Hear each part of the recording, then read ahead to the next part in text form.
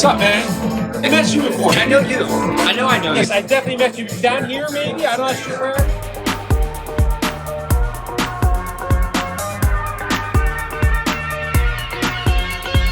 Maybe you could start by telling us who you are, a little bit about yourself. My name's Paul Bazile. I'm a filmmaker and journalist. I'm a writer-producer for Milo Yiannopoulos, and Milo's bath partner, his best friend, and family. Well, we're happy to have you. We're called the Philadelphia Visionary Arts Gallery. We usually focus on really surrealistic, trippy, quote-unquote visionary art. We wanted to do a show that highlighted the controversial nature of everything going on now, and this is it. I want to give you my feelings on the state of art as we know it and what people, I think, have forgotten about art. Art upsets people. It's supposed to upset people. It's supposed to make you think. It's supposed to challenge you. Art takes risks, and we are out of that now. Nobody takes risks. Gluing a dildo to a piece of paper and calling it art is not a risk. You're not upsetting anyone. You're playing to your own crowd so they can stand around and applaud for you like the baby made a poopy.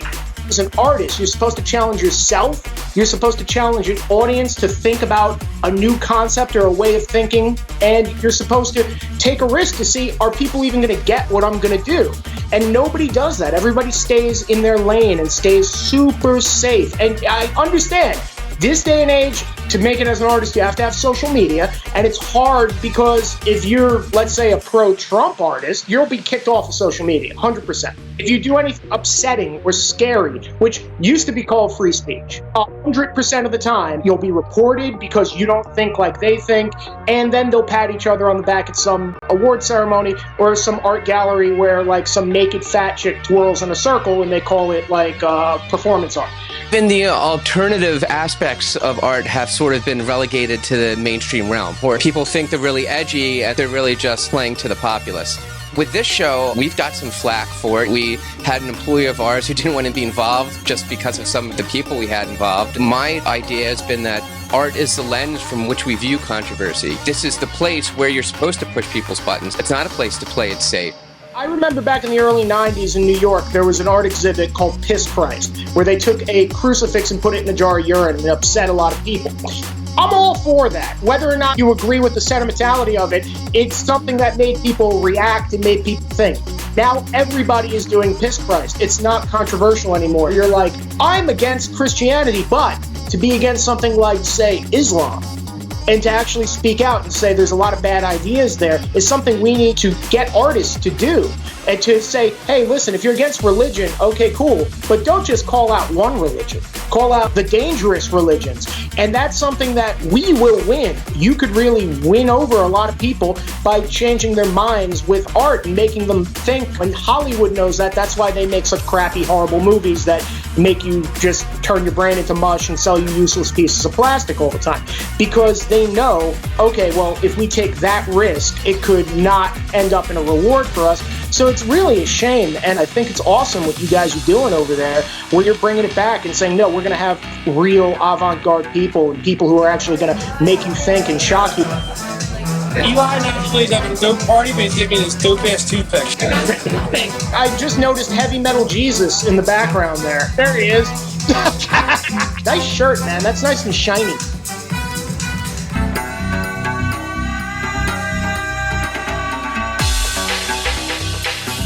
Milo, when he writes books with titles like How to Be Poor, most people will instantly get angry at that, and they don't even know why, which I think is interesting, and it's what makes him, if you know him, he's basically a performance artist, 24/7. He doesn't have an off switch, which is much to my detriment and frustration working for him. But I think that you need more people like that who think outside the box. Even if somebody challenges me on something I disagree with, I like thinking about what they say so I could kind of redefine, well, why do I feel that way? And then maybe I could argue with them or argue the point in my own head and feel one way or the other, which is something that I think is important. And art has lost that for a good 2 decades now. Everything is just soft and fruity in the most crazy thing people could do is like put a 50-year-old woman at the halftime at the Super Bowl to dance like a stripper, and they go, that's controversial, and it's definitely not for me. I don't know who it's for. I don't know who went, that's the thing that changed my life and made me want to be a singer or a dancer. The true controversial art that everybody wants to pretend like they're all down with is the shit that pisses everybody off. Like, no, that's controversial in the wrong way. You have to be controversial within this specific box. I'm all down with the edgy, extreme parts of expression, as long as they're within my specific realm. Right now, everyone's being told that's completely acceptable, that like everything outside of a polite realm is just evil to the point where even listening to it is dangerous, or hearing it or seeing it, and people are just reflecting their own bullshit right back at the world around them. There are people who understand that social media and all the bullshit they're seeing and hearing on the news and stuff, that's not reality. Reality is all the people you see. Eli may not always been cool, but he's always been a smart dude. So, by the way, Milo's portrait ought to be fatter.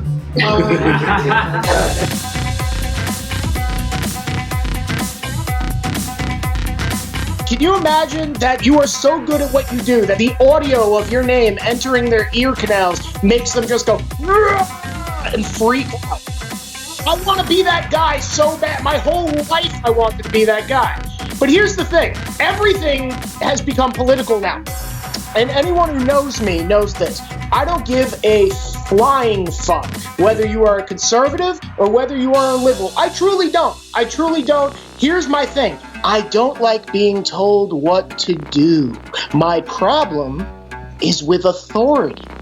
I don't like that. And now we live in a world where literally everybody is the fucking safety patrol of your goddamn middle school, and they want to tell you what to do and what to wear. You know, guys like you wearing a Hot Topic coat or the girl with the shaved head in the back should definitely be concerned about that, because if they are going to tell a guy like me or a guy like Milo or a guy like Gavin McInnes or a guy like Roger Stone, who's going to prison now, what to do because they don't believe the right things, they're coming for you. The people next to you right now are the people who are going to be lined up against a wall and shot, metaphorically, possibly, and if it's a socialist country, possibly literally, which is shocking to me how willing people are to just let other people tell them what to do. I can't tell you how many times in the past 3 years of my life people now say, you can't say that.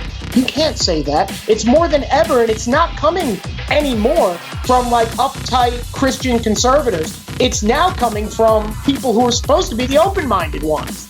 And it's funny because growing up as a kid, sticks and stones can break my bones, but words never hurt me. And if people were saying something to you that you couldn't handle it, you reacted, you were the idiot in the room. You were the person who was a loser. Nowadays, it's like the biggest victim is the one on the pedestal. I was the smallest kid in school. I used my words to fight back with. And nowadays, it's like words are horrible, but if you don't like what someone says, punching them in the face is legitimate. I've always thought that words should always be put ahead of violence, and people's thoughts should be changed through education and discourse and not through violence. You can't force people to be smarter, more intelligent, or to think a certain way. You can convince them through logic and good communication, but you can't mandate thought. It never really works out. Especially if you can't punch. If you're a vegan, your bones are like graham crackers. They're just going to snap when they hit my meaty face. So don't even try it. If you want to try it, go right ahead. I will sit there and giggle my ass off when it happens. And it's definitely happened before.